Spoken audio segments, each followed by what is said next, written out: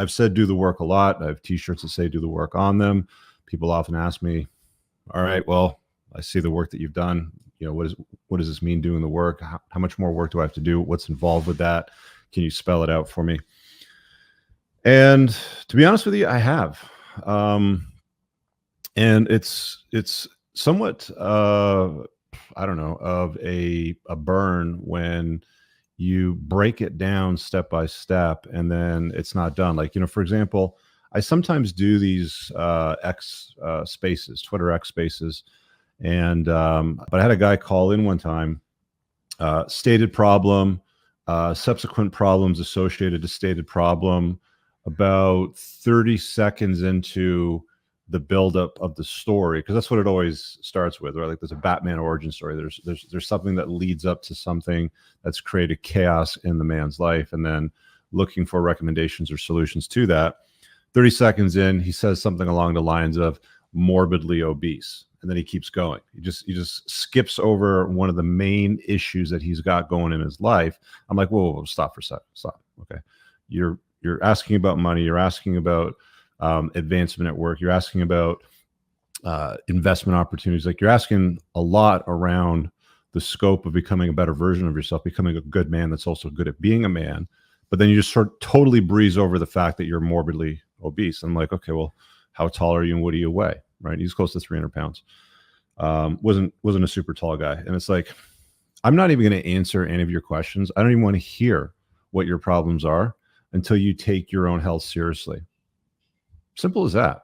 I mean, as a guy that's been an employer before, if I had somebody that was morbidly obese, that had problems getting to work, getting work done, asking for advancements, promotions, may not get things done to the standards that we set, that's a you problem, man. Simple as that. I mean, if you don't respect yourself, your body enough to take care of it, to live in a healthy body that's, in good shape, generally speaking. I'm not saying, be a swimmer, be a bodybuilder. I'm saying be in good shape. Look pleasing to the eye, at least to yourself and for other people as well, too. I mean, we know if you're looking for advancements in careers, people that are in better shape get promoted more than those that aren't in great shape, right? Because there's things that are associated with not taking care of yourself, i.e. you don't have a lot of respect for yourself. You don't have good health. Your knees are in bad shape. You could have diabetes. Like, it just keeps going down. There's a cascade of problems that pop up after that. And it's like, don't ask me about doing the work if you haven't done the basic shit in your life, right? Move more, eat better. It's surprising to me that stuff like this needs to be spelled out. I'm going to read something that popped up in the preschool of unplugging. If you're on my email list, I sent an email out today. I think we're probably going to, we said 250 before, but we'll probably cap it at about 500 free members. The preschool of unplugging, there's a link on my email list. If you're on it, you should see it. So check your inbox.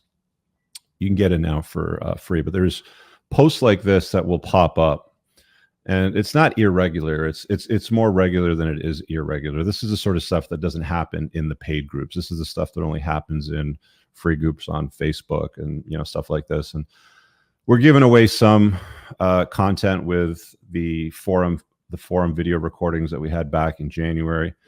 They're all organized there. There's going to be some other opportunities to get a few other perks when you join the free group. Plus, you can upgrade to the paid group as well, too. But this guy writes this out, and I'm going to read it to you. It says, title says, Bitter About Life. He says, hey, guys, I want to release some steam and know your thoughts. I've noticed that I'm really unhappy with my life. For example, these are some things that have me bitter. You know what? Let's just do the quick definition of that word bitter to clarify for anybody that might be confused. Define bitter. Here's the definition of bitter. Having a sharp, pungent taste or smell, not sweet. Pungent taste or smell, not sweet. Unfavorable, disliked. You're not going to lean into it. Let's just say that, right? Bitter is a word that you hear a lot from the English when it comes to having either a bitter taste in your mouth with food or being bitter towards somebody, which usually ties into envy and jealousy, by the way. He goes on to say, I tried to run my own business. I'm not going to mention the niche, and it turned into a mess. And I'm sunk deep in debt. I bought a copywriting course to help with said business and pretty much got scammed. My car is all beat up and I can't afford a new car. My dating life is trash and I'm balding at 28 years old. It makes me angry, annoyed when I look around other guys and I see that they're doing better than me. In my head, I always wonder where did I go wrong and why can't things ever work out for me even when I try? I know the best way to fix this issue is take responsibility, accept it, and find ways to fix the problems. But at this point, I feel lost. I don't know why there is confusion around doing the work. If you're not getting the results that you like if you're not driving the car that you like, he says his car is a piece of shit, can't afford a new car.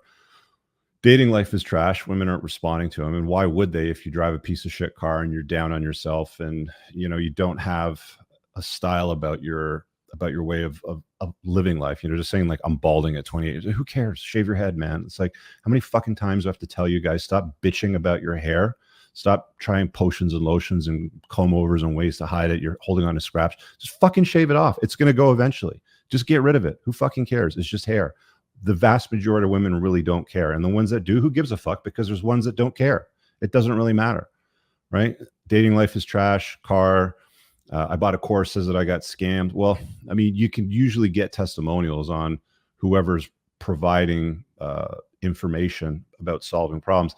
And the big mistake that I see consistently time after time after time is I see people buying courses or information products from fucking children. If you're buying a course on solving a specific problem in your life from somebody that's like, I mean, I'm older, so I'm gonna raise the bar to a higher age, but under the age of fucking 30 or 35, you're gonna get shit. These people have not lived life. They don't have examples to show you. They don't have a stack of receipts. They don't have a network, and they sure as fuck don't have a track record of success at 23 telling you that they're a fucking billionaire. Look at my Lambo, low bro, right? You fall for this trash. I've tried to run my own business, turned it a mess. I'm deep in debt. I mean, the blueprint to run your own business is in the School of Entrepreneurship, but that costs money. It costs you $1,000 to get that, but it works. I mean, the testimonials are all over the damn page. It works. But this is what you're going to get time after time. You're going to get a lot of complaining. I get guys that'll slide in my DMs with all kinds of stuff all day long, right? They'll send me oh, look at this car, look at this gal, look at this interview, look at this bimbo. And it's like, you're saying something about a woman or a car that you can't afford, or a woman that would never even look your way if she were to see you in person. You have work to do. This is what doing the work means. It means getting acknowledgement and recognition for the existence of your excellence. I often say, like, you want to go forth and be a force of awesomeness in life. And getting stuck or venting about your situation really is not going to resolve anything. Things going wrong in your life, health-wise, will be very noticeable. You will start to go to the doctor and ask questions about things not going well health-wise in your life, to which point they have a large script pad that they can write you a whole bunch of shit. Oh, you've got insulin issues, no problem. We'll give you diabetic medication. You've got this, no problem. We'll script you this. You got this, and they'll keep giving you. It's maintenance of like sick care. It's not to resolve your issues. It's to deal with the pain of the issues that you're contemplating right now. But at the end of the day, you shouldn't even need to fucking be dealing with a doctor if you manage your health properly, if you exercise and you eat well. I think the vast majority of people out there, moving more, eating better, could make less visits to the doctor, get off a lot of prescriptions that they don't need, and live a healthier life and function much better in every way. Sleep better, strength train better, be more useful at combat skills, fuck better. You can go right down the list. You will be better at every area of competency in your life, making money, right?